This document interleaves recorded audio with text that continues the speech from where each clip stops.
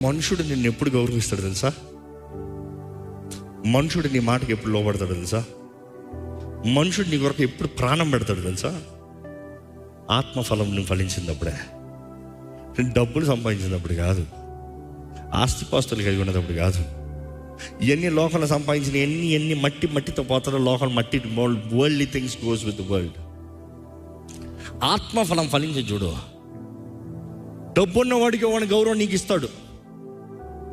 నీలో నిజంగా ప్రేమ ఉంటే, నీలో నిజంగా ఆనందం, సమాధానం, సంతోషం అంటే మనిషి నిన్ను చూసే విధానం వేరు ఉంటుంది.